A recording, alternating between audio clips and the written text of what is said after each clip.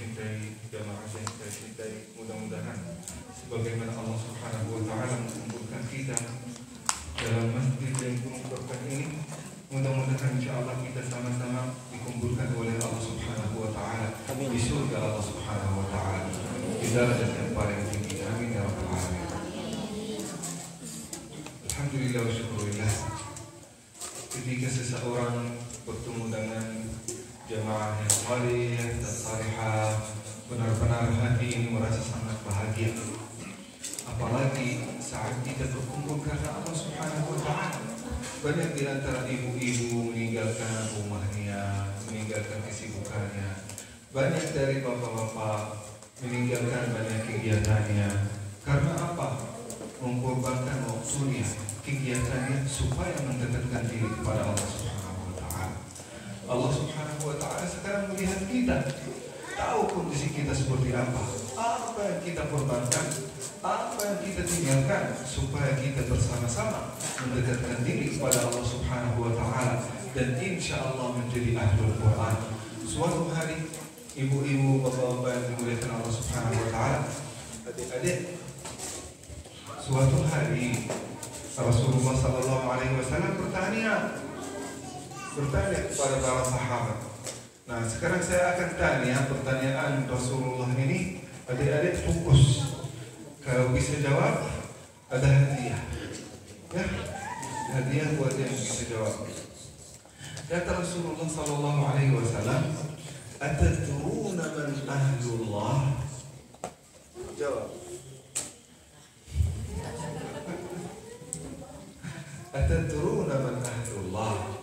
Artinya, tahukah kalian siapa keluarga Allah Subhanahu wa Ta'ala? Terjadi perebutan di antara sahabat. Kok Allah punya keluarga? Selama ini kita menyalahkan orang Kristen, orang Masihi. Mereka berkata Rasulullah Allah Subhanahu wa Ta'ala itu memiliki anak, Allah itu memiliki ibu, Allah itu memiliki bapa. Memang Rasulullah sallallahu alaihi wasallam serius bertanya seperti itu. Atadruna man ahlullah? Tahukah sekalian siapa keluarga Allah Subhanahu wa Ta'ala? Yuk adik-adik, siapa keluarga Allah?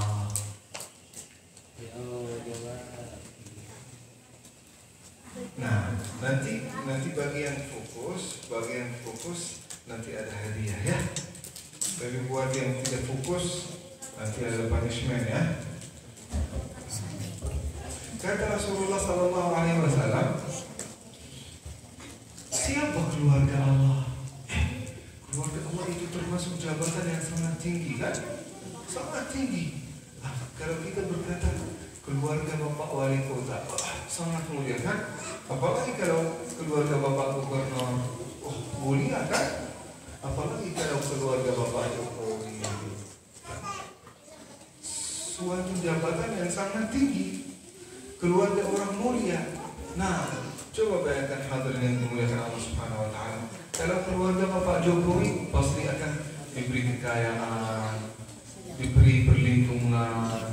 Tidak ada yang berani mengganggu mereka kan? Tidak ada yang berani. Kalau mohon maaf, kalau ini Bapak Gubernur atau Bapak Jokowi punya neraka, apakah akan memasukkan keluarganya ke dalam neraka? Tidak. Masa memasukkan keluarga saya di dalam neraka? Padahal ini adalah istri saya, ini adalah anak saya, ini menantu, ini keponakan, ini sepupu. Tidak akan pernah. Kenapa? Ini keluarga saya. Keluarga saya harus diselamatkan, bukan dilemparkan ke dalam neraka. Nah, begitu juga Allah Subhanahu wa Ta'ala adik-adik.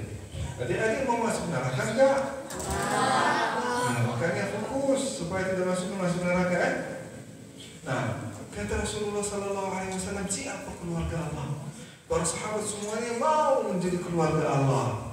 Kenapa? Kalau menjadi keluarga Allah Subhanahu wa Ta'ala pasti tidak akan dimasukkan di dalam neraka.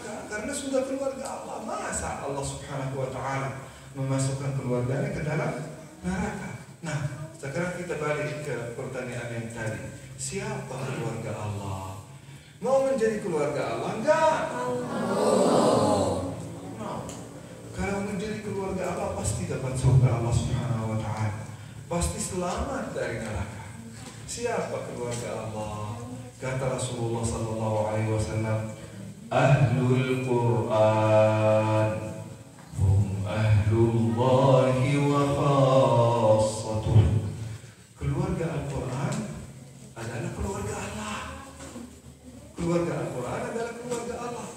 Siapa keluarga Al-Quran? Apa yang kita harus lakukan supaya kita disebutkan sebagai keluarga Al-Quran? Kalau kita menjadi keluarga Al-Quran, otomatis menjadi keluarga Allah. Apa yang kita harus lakukan supaya kita menjadi keluarga Al-Quran? Adik-adik mau menjadi keluarga Al-Quran enggak?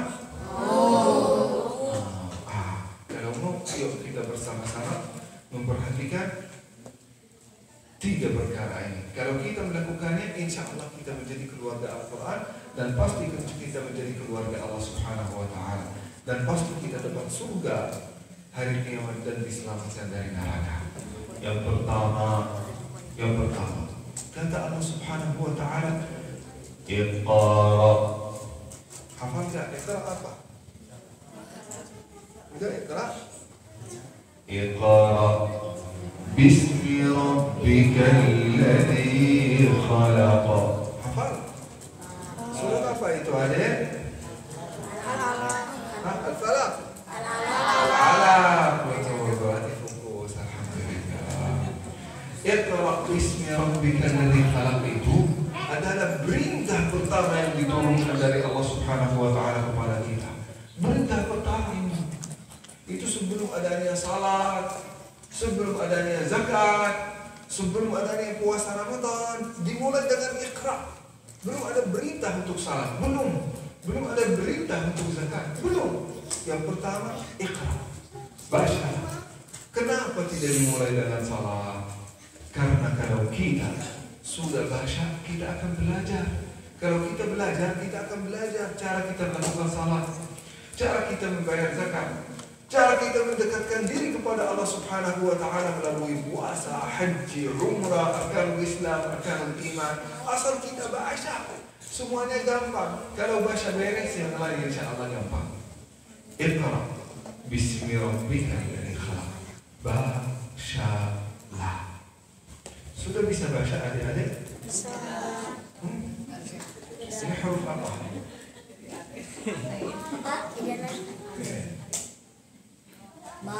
Ba, Masya Allah. Bagus, berarti bisa Iqra.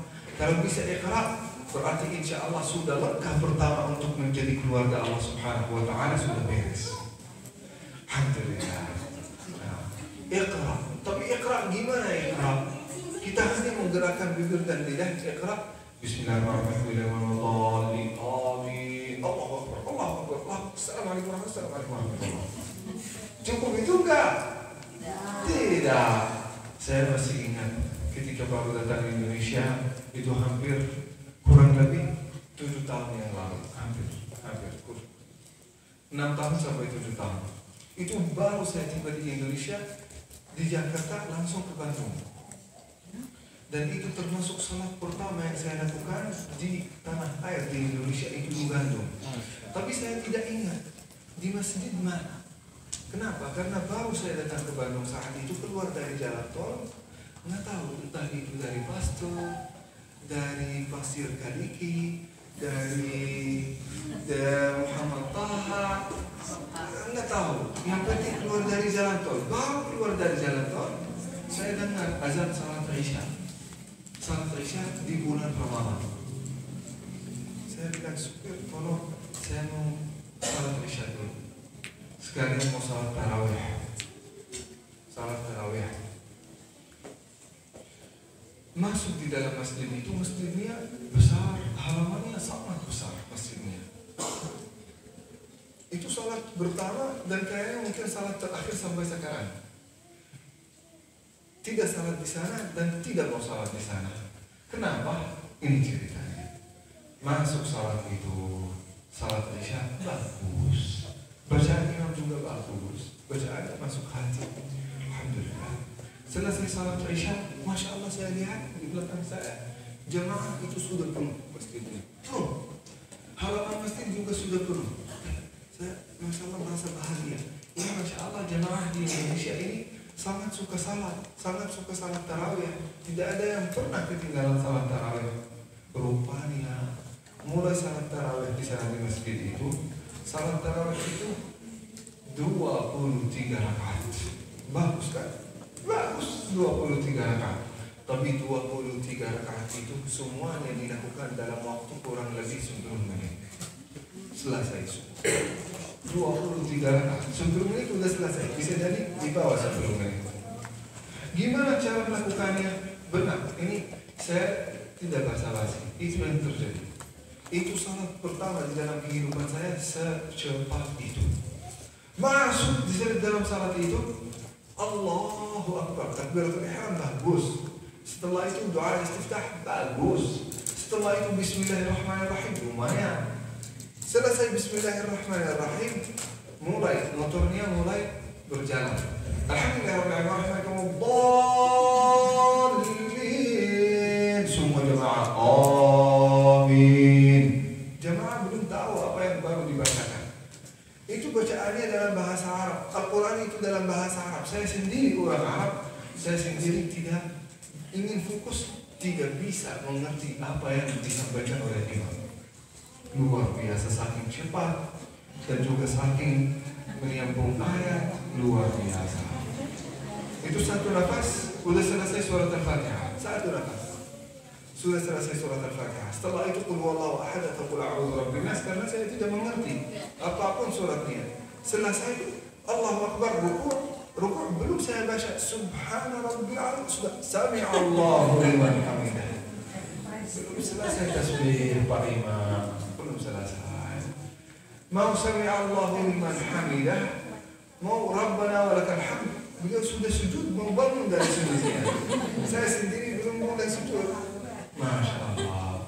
Saat itu benar saya merasa bingung, tidak bisa terkejar. Sudah sujud kedua, saya belum sujud pertama. Nah, saat itu benar, saat itu saya merasa ragu. Ini saya di dalam masjid atau di dalam mungkin tenda atau mungkin tempat ibadah non muslim gitu. Tapi yang membuat saya tenang masih ada ayat-ayat Al-Quran yang ditulis di dinding masjid. Akhirnya saya sabar. Saya bilang itu kayaknya mungkin rakaat pertama. Rakaat kedua kayaknya mungkin tidak seperti itu. Rupanya rakaat kedua itu jauh lebih cepat daripada yang pertama. Selesai salat, ingin keluar dari masjid, tapi sudah terlanjur saf pertama, masjid itu penuh dengan jamaah. Keluar dari masjid, ingin keluar dari masjid, tapi sudah penuh dengan jamaah halamannya. Halaman sudah penuh dengan masjid. Ya udah mau selesai sampai akhir salat. Selesai salat, ikut seperti olahraga aja. Sampai akhir salat, Assalamualaikum warahmatullahi wabarakatuh. Semua jamaah itu merasa bangga. Saya sudah salat 23 rakaat. Iya, ente sudah salat 23 rakaat. Tapi berapa pahalanya? Kan kita datang ke masjid ini salat, membaca Al-Quran untuk dapat pahala kan? Nah, berapa pahalanya? Kita tidak akan pernah dapat pahala kalau kita tidak melakukannya sesuai dengan sunnah Rasulullah SAW. Coba kita lihat bacaan Rasulullah SAW. Mau tahu iqra Rasulullah seperti apa, adik? Nah, istrinya, istri Rasulullah yang bernama Aisyah. Kenal nggak Aisyah? Bukan Aisyah yang ada di sini. Aisyah istri Rasulullah. Pernah kenal belum? Istrinya Rasulullah SAW, Aisyah itu pernah ditanya adik, Ibu Aisyah, Siti Aisyah, boleh menceritakan bagaimana Rasulullah SAW membacakan Al-Quran? Saat itu Rasulullah sudah tidak ada, Rasulullah sudah meninggal. Tapi istrinya ditanya, dulu ketika Rasulullah masih hidup, bagaimana bacaan Rasulullah SAW? Coba dengar bacaan Rasulullah. Kata Aisyah radhiyallahu anha, apabila Rasulullah SAW membaca Al-Quran, kana yuhabbiruhu tahbira. Apa artinya yuhabbiruhu tahbira? Mengerti nggak yuhabbiruhu tahbira? Tidak kan? Nah, fokus supaya kita tahu apa itu yuhabbiruhu tahbira. Nanti akan ditanya ya, hostnya yang lagi ngobrol. Nah, yuhabbiruhu tahbira bacaan Rasulullah. Itu yuhabbiruhu tahbira apa artinya? Nah, yuhabbiruhu tahbira artinya pelan. Gini caranya. Bismillahirrahmanirrahim. Diam. Alhamdulillahi Rabbil Alamin. Diam. Ar-Rahmanir-Rahim. Maliki Yaumiddin. Kenapa diam? Setiap ayat dibacakan diam sebentar, baru membacakan ayat berikutnya. Kenapa? Supaya ada kesempatan untuk mentadabburi ayat yang baru dibacakan. Alhamdulillah, segala puji bagi Allah. Sambil alhamdulillah bersyukur kepada Allah atas setiap nikmat yang diberikan dari Allah Subhanahu wa taala. Ar-Rahmanir-Rahim. Maha pengasih, Maha penyayang. Allah itu mengasihi, rahmat kasih sayang kepada seluruh manusia, mukmin, muslim maupun non muslim. Tetap diberi kasih sayang dari Allah Subhanahu wa taala. Namanya Ar-Rahman, pengasih, memberikan rezeki kepada orang mukmin dan orang yang tidak muslim maupun Kristen, Katolik, Yahudi, Hindu, semuanya akan diberikan. Siapa yang lebih duluan akan diberikan. Siapa yang lebih ikhtiar yang lebih maksimal, itu orang yang akan dapat. Maka jangan heran kalau melihat orang Cina itu pada kaya-kaya. Kenapa? Karena mereka ikhtiar, berusaha keras, bekerja keras untuk dapat rezeki dari Allah Subhanahu wa taala. Allah berikan bukan karena kesalehan mereka, tetapi karena ikhtiar mereka. Kita orang Islam juga kalau kita ikhtiar seperti mereka, dapat seperti mereka. Nah, setiap kali kita membacakan Al-Quran, kita membacakannya pelan-pelan supaya kita tahu artinya apa. Nah, Ar-Rahmanir-Rahim. Apa artinya Ar-Rahim? Kasih sayangnya Allah Subhanahu wa taala sampai mengampuni dosa kita. Itu hanya bagi orang beriman. Bagi kita, bagi ibu-ibu dan bapak-bapak, baru kita membacakan Ar-Rahmanir-Rahim. Ya Allah, berikanlah kepada saya rezeki. Ya Allah, Engkau adalah Ar-Rahim, ampunilah dosa saya. Saat kita berdoa kepada Allah Subhanahu wa taala, saat kita membacakan Al-Quran, itu termasuk doa yang sangat diijabah oleh Allah Subhanahu wa taala. Ente mau apa?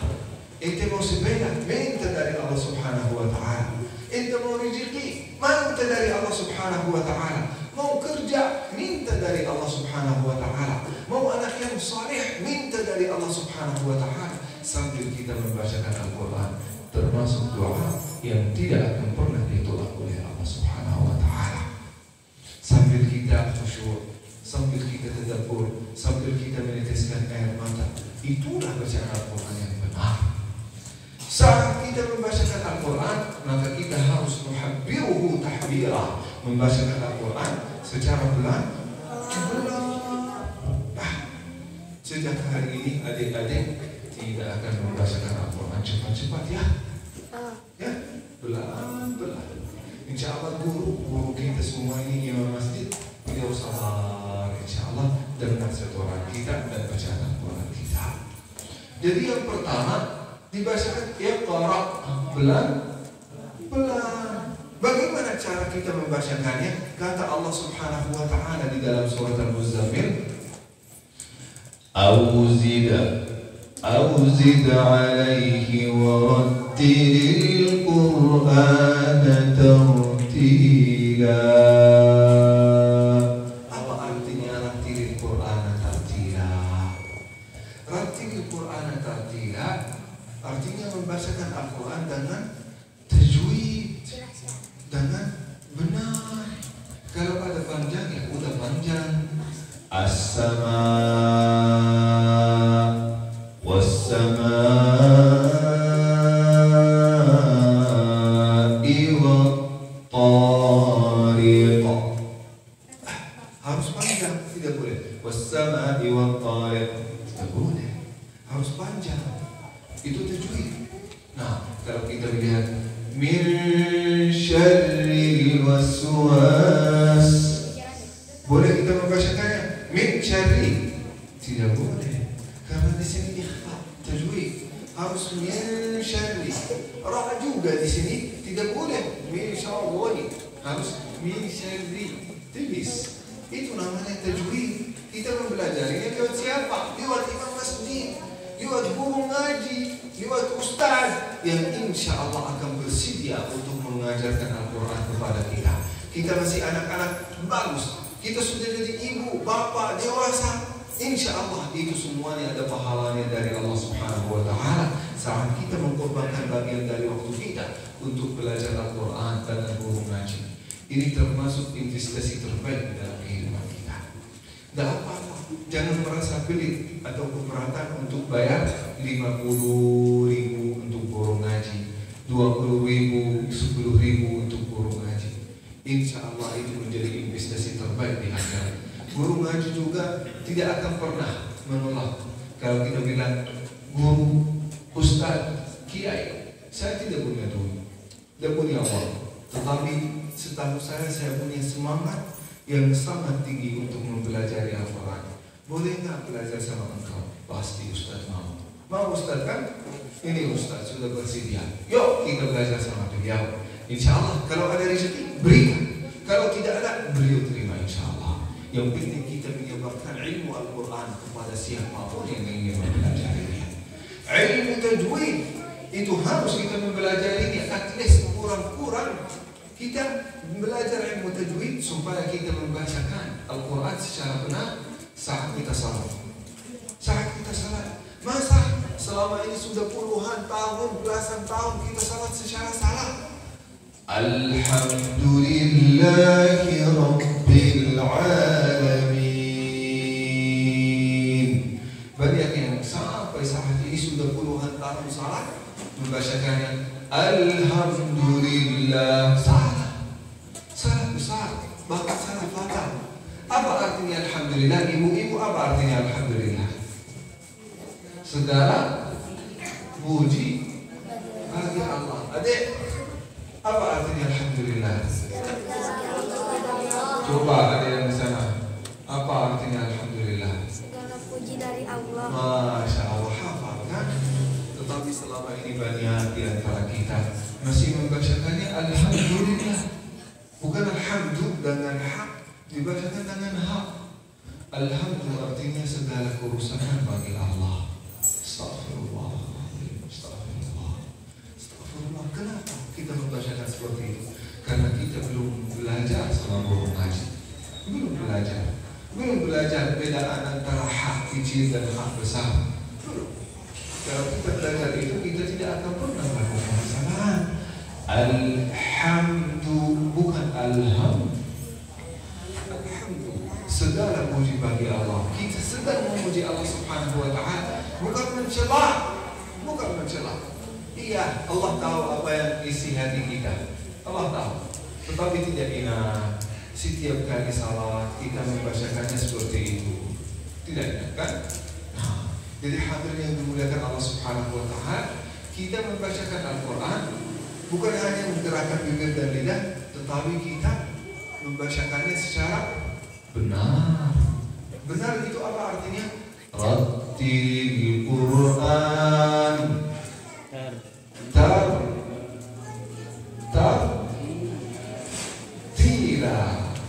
tartila. Surat Al-Muzammil ya. Mudah-mudahan insyaallah pertemuan yang akan datang ketika saya baca Awzid alaihi wa rattilil Qur'ana tartila, ibu-ibu dan bapak-bapak sudah hafiz surat Al-Muzammil. Amin ya rabbal alamin. Sekarang saya ingin bertanya dulu ya. Dari adik-adik yang ini yang di depan, yang sudah hafal satu juz, angkat tangan. Tangan bukan kaki ya. yang sudah hafiz sampai surat Amma yang kesal? Yuk, siapa? Belum ya? Belum ada. Gak apa-apa. Yang sudah hafal surat An-Nas?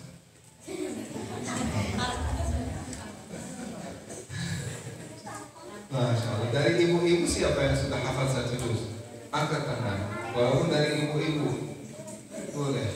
1 juz sampai surat Amma. Dari surat An-Nas sampai surat Amma. Surat Al-Falaq bagus. Masya Allah. Jazakillahu khairan adek. Hebat. Yang sudah hafal 1 juz? Ibu-ibu? Belum ya? Ya, tidak apa-apa. Hari ini belum. Insya Allah kali depan apabila Allah mentakdirkan saya datang ke sini, saya bertanya lagi, Ibu, siapa yang hafal 1 juz? Semua angkat tangan. Siapa yang hafal 15 juz? Semua bapak-bapak angkat tangan. Siapa yang sudah hafal surat Al-Baqarah? Angkat tangan. Siapa yang hafal surat Al-Imran? Insya Allah kita angkat tangan.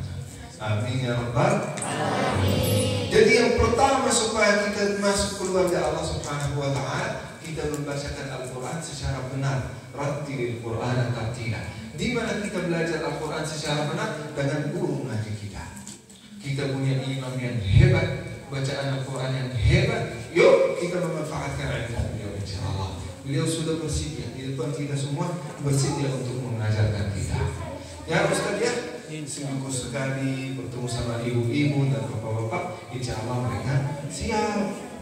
Sisi tanya jawab setelah 15 menit. Siapkan tanya jawab ya ibu-ibu ya. Tapi jangan yang susah-susah ya. Nah, yang pertama adalah Iqra supaya kita termasuk keluarga Allah. Ya.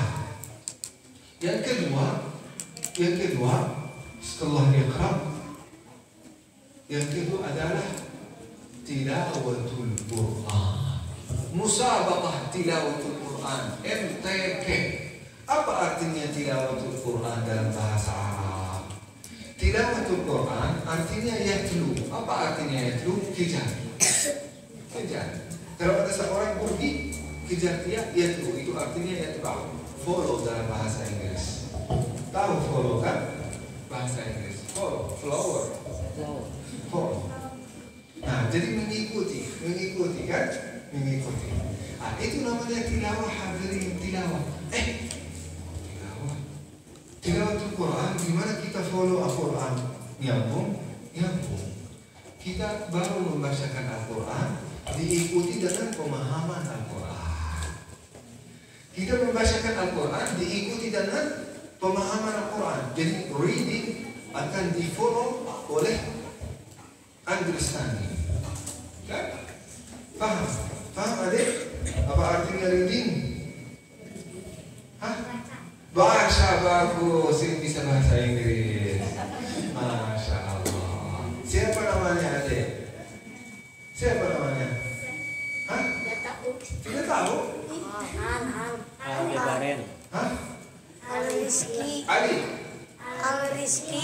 Al-Rizki, Masya Allah. Al-Rizki bisa bahasa Inggris. Bisa, selain itu bisa bahasa Inggris. Masya Allah, Rizki bagus, hebat.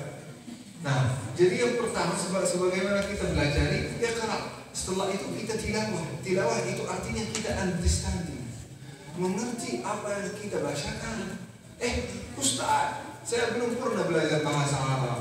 Dari mana saya bisa mengerti? Alhamdulillah, Al-Quran sudah ada bahasa Inggrisnya, ada tafsir bahasa Inggrisnya.